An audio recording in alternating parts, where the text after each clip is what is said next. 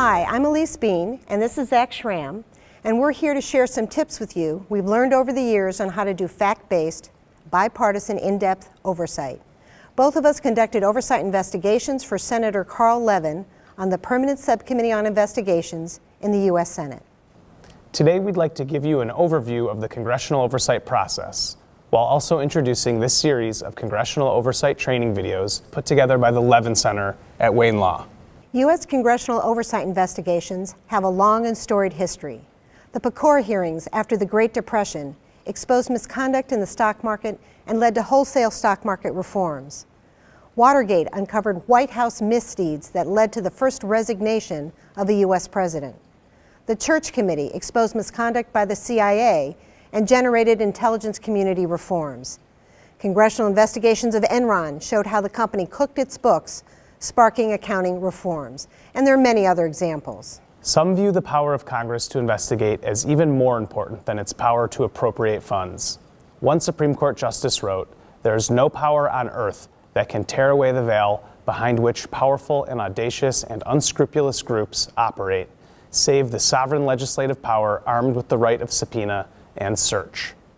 The Supreme Court has held that a legislative body cannot legislate wisely or effectively in the absence of information respecting the conditions which the legislation is intended to affect or change. Congressional oversight is one of the vital checks and balances between Congress and the executive branch. It's key to Congress's ability to understand what laws are working and what aren't. It's a foot soldier in the battle against waste, fraud, and abuse, and a champion of good government. It provides a shared opportunity for Congress and the public to learn about problems and search for solutions, all of which is why the Levin Center is dedicated to strengthening congressional oversight. When thinking about the congressional oversight process, the Levin Center envisions it in 4 stages. The first stage is conducting the investigation into the facts, selecting the topic, getting information, and figuring out what happened. The second stage is writing up the investigative results in a report, press release, fact sheet, or some other format. The third stage, which depends upon the investigative results, is holding a public hearing. The fourth and final stage is doing something about the problems you've uncovered, what we call the follow-up stage. To strengthen all 4 stages of the congressional oversight process, the Levin Center stresses 3 principles: fact-based, bipartisan, in-depth investigations.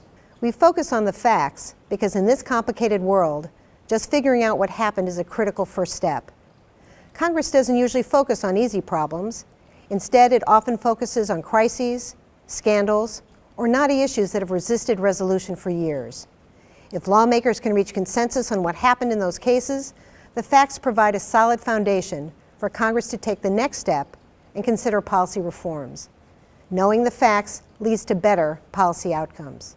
We focus on bipartisanship because bipartisan investigations produce results that are more thoughtful, thorough, accurate, and credible. In Washington today, investigations conducted by one political party are met with suspicion and cynicism. The results are often distrusted. But when the 2 parties work together, the investigation's results command more respect. In addition, when the 2 parties reach consensus on the facts, it makes it more possible to begin a dialogue on what to do next, opening the door to policy reforms. We focus on in-depth oversight because bipartisan investigations take more time to complete. Time is needed for both sides to review documents, interview witnesses, consult experts, and try to reach consensus on what happened. In an age of 24-hour news cycles and instant internet results, many members of Congress feel under pressure to hold quick hearings rather than take the time needed for productive, bipartisan investigations.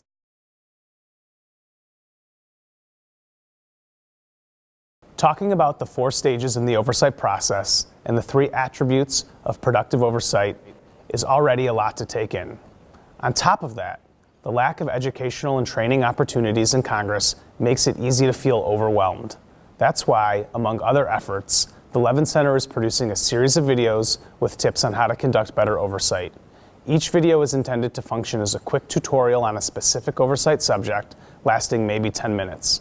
Viewers can choose which videos they want to watch. When complete, the series is intended to address a wide range of oversight issues. Videos on the investigative phase of the oversight process will, for example, offer tips on identifying investigative topics, requesting documents, conducting interviews, and handling objections to information requests. Videos on writing up investigative results will talk about how to structure a report, the role of footnotes, and when and how to show a draft to the subject of the investigation. Videos on the third stage will focus on congressional hearings, including how to structure the hearing, how to use a hearing to effect change, and how to handle media coverage. Videos on the follow-up stage will focus on how to use your investigative results to fix the problems you've identified. Still other Levin Center videos will address such oversight topics as how to build bipartisanship into your investigations, how to handle difficult opposing counsel, and when to go public with your investigative efforts. Some of those videos are currently online, others are still under development, and many more are planned. We welcome any suggestions you may have for a helpful video. We hope the Levin Center videos will help you conduct productive investigations, hold useful hearings, increase bipartisanship in Congress, and most of all, produce better policy outcomes.